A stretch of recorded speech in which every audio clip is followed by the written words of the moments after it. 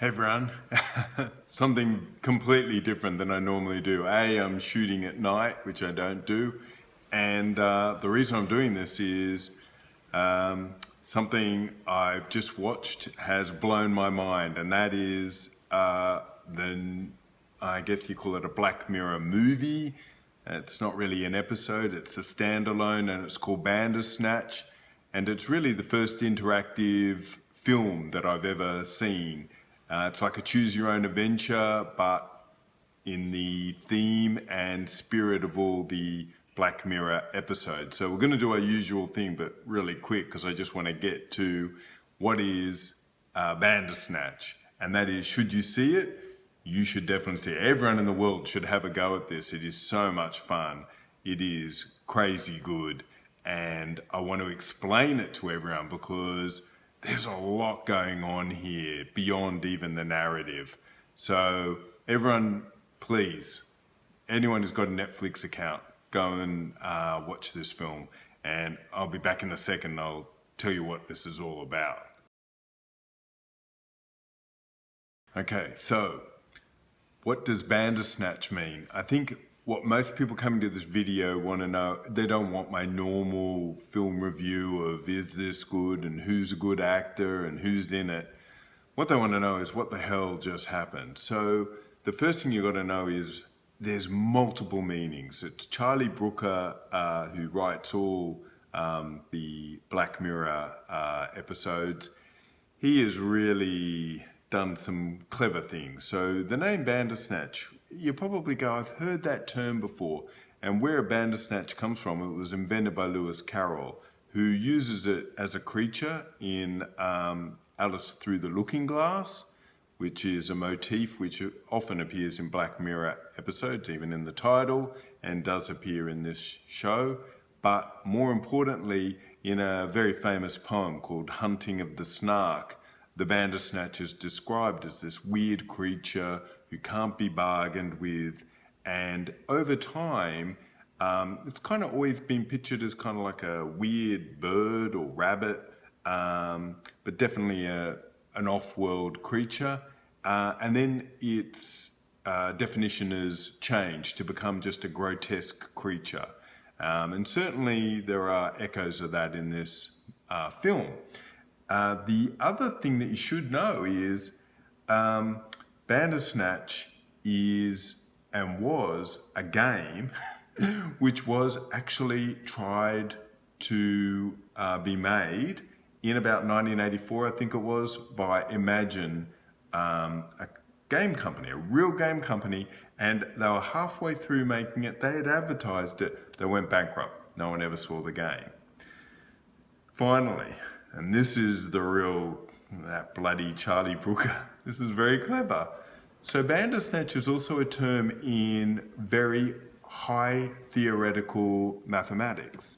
And what it means is a Bandersnatch, and I'm going to read from it because I don't want to mess it up, is an NP complete problem.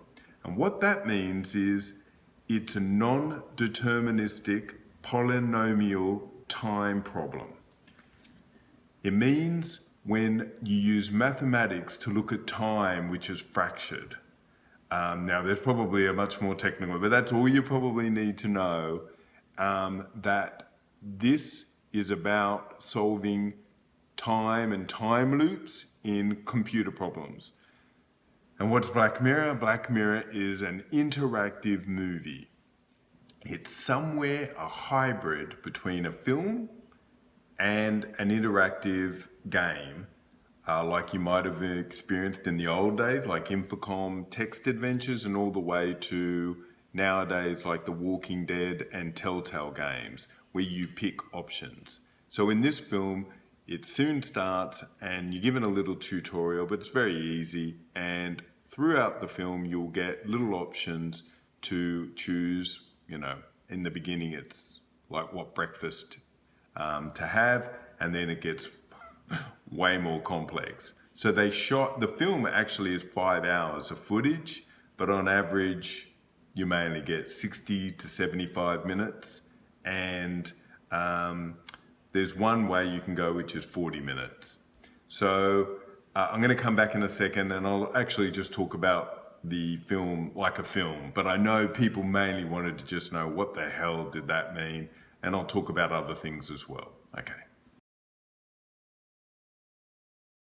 so let's just talk about now if you're watching it like a movie as opposed to just this weird confection. And written by Charlie Brooker, directed by David Slade. And again, if you watch Black Mirror, he was the guy who directed Metalhead, which of all the Black Mirror episodes is probably the one which is just very conventional in terms of narrative, but incredible in terms of action and some of the images. And then it's a small cast, but the two main guys are Stefan, who's the main programmer of this game, and he's played by Fionn Whitehead. I always forget the second name. And you know him from Dunkirk. But the guy who steals the film is Will Poulter, who I've loved for years. And I don't know, it must be like 15 years ago, he was in a TV show called American Gothic. And he was just a kid at that stage. Then he was in Fast and Furious Tokyo Drift, one of my favorite Fast and Furious. And he nearly was Pennywise before they went in another direction with the Skarsgård. And he really just shows an incredible amount of charisma as this kind of genius programmer. Now, does this all work? So I've told you a little bit about what Bandersnatch means and that this is a very weird hybrid. Now, does it work? Well, I'll tell you this. As soon as I finished, I watched it with my son. My son's 13. It is creepy, but not scary. And I just wanted to play it again and see if I could come up with a different ending. There are 5 main endings, but Brooker has said that you might get slight changes to those endings. And I just quickly went through and got about 3 of them. And look, this is just addictive. And I just want Netflix to make tons of these in every genre. Like imagine a noir one like The Maltese Falcon, or a fantasy one like Game of Thrones. Pump them out. Okay, that's it. This is super quick. For people who want to know, go and play/watch this right now. If you like what I'm doing, subscribe, hit the bell, then you'll always know I'm pumping out stuff because there's just so much content at the moment. And I'm on Twitter at Guru Eden. I'll see you then. Bye. Go to bed.